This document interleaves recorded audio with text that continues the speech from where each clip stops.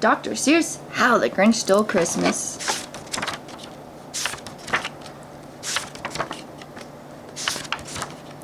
Every Who down in Whoville liked Christmas a lot, but the Grinch who lived just north of Whoville did not. The Grinch hated Christmas, the whole Christmas season. Now please don't ask why. No one quite knows the reason. It could be his head wasn't screwed on just right. It could be perhaps that his shoes were too tight. But I think that the most likely reason of all may have been that his heart was 2 sizes too small.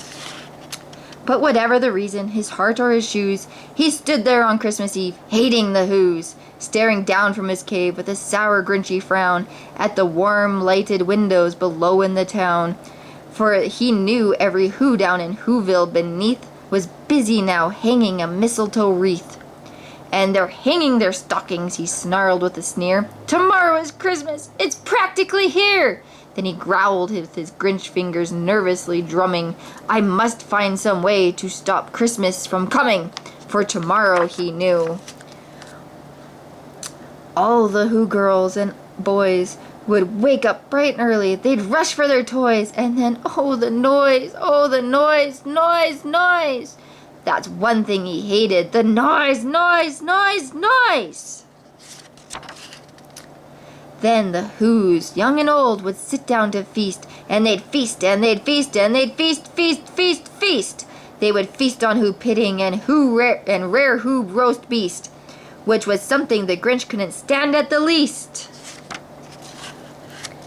And then they'd do something he liked least of all, for every Who down in Whoville, the tall and the small, would stand close together, with Christmas bells ringing. They'd stand hand in hand, and the Whos would start singing. They'd sing, and they'd sing, sing, sing, sing. And the more the Grinch thought of the Who Christmas sing, the more the Grinch thought, I must stop this whole thing. Why, for 53 years I've put up with it now. I must stop this Christmas from coming. But how? Then he got an idea, an awful idea. The Grinch got a wonderful, awful idea. I know just what to do, said the Grinch, laughing in his throat. And he made a quick Santa Claus hat and a coat, and he chuckled and clucked. What a great Grinchy trick! With this coat and this hat, I'll look just like Saint Nick. All I need is a reindeer. The Grinch looked around, but since reindeer are scarce, there was none to be found. Did that stop the old Grinch? No, the Grinch simply said, if I can't find a reindeer, I'll make one instead. So he called his dog Max. Then he took some red thread, and he tied a big horn on top of his head. Then he loaded some bags and some old empty sacks on a ramshackle sleigh, and he hitched up old Max. Then the Grinch said, giddy up! And the sleigh started down towards the homes where the Whos lay a snooze in their town. All their windows were dark, quiet snow filled the air. All the Whos were all dreaming sweet dreams without care when he came to the first little house on the square. This is the stop number 1, he told the Grinchy Claus, hissed, and he climbed to the roof, empty bags in his fist. Then he slid down the chimney, a rather tight pinch, but if Santa could do it, then so could the Grinch. He got stuck only once, for a moment or two, then he stuck his head out of the fireplace flue, where the little Who stockings all hung in a row. These stockings, he grinned, are the first things to go. Then he slithered and slunk, with a smile most unpleasant, around the whole room, and he took every present, pop guns and bicycles, roller skates, drums, checkerboards, tricycles, popcorn and plums, and he stuffed them in the bags, and then the Grinch, very nimbly, stuffed all the bags, one by one, up the chimney. Then he slunk to the icebox, he took the Who's feast, and he took the Who pudding, he took the roast beast. He cleaned out that icebox as quick as a flash. Why, that Grinch even took their last can of Who hash. Then he stuffed up all the food up the chimney with glee. And now, grinned the Grinch, I will stuff up the tree.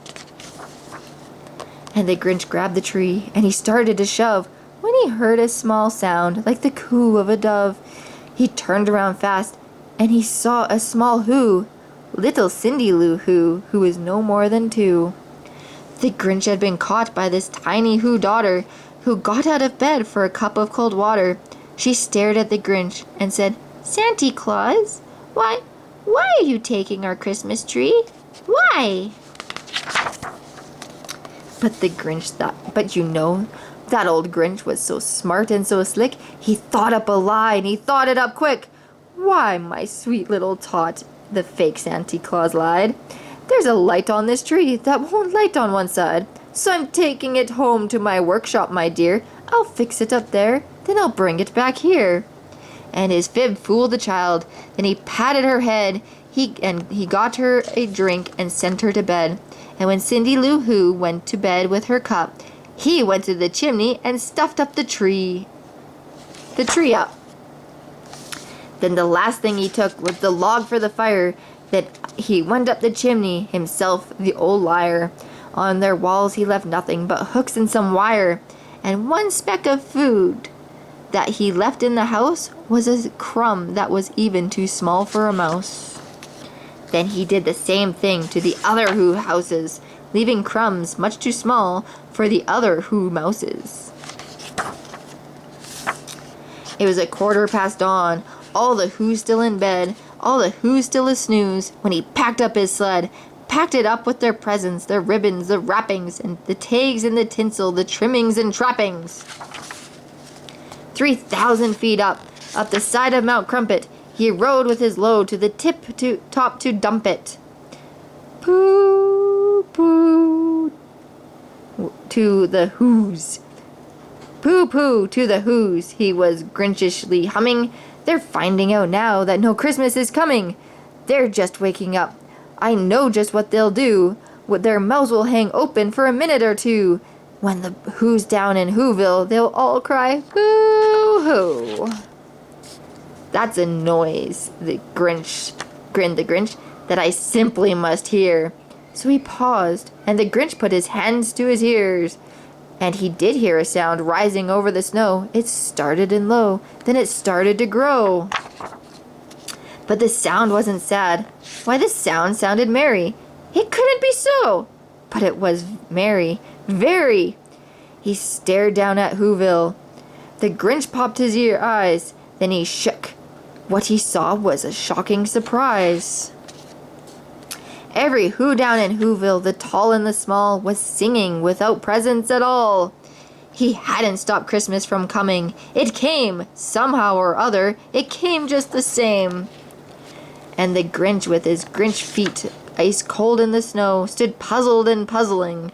How could it be so? It came out with ribbons. It came without tags. It came with packages, boxes, or bags. And then he puzzled 3 hours, till his puzzler was sore. Then the Grinch thought of something he hadn't before. Maybe Christmas, he thought, doesn't come from a store. Maybe Christmas, perhaps, means a little bit more. And what happened then? Well, in Whoville they say that the Grinch's small heart grew 3 sizes that day. And the minute his heart didn't feel quite so tight, he whizzed with his load through the bright morning light, and he brought back the toys and the food for the feast, and he himself, the Grinch, carved the roast beast.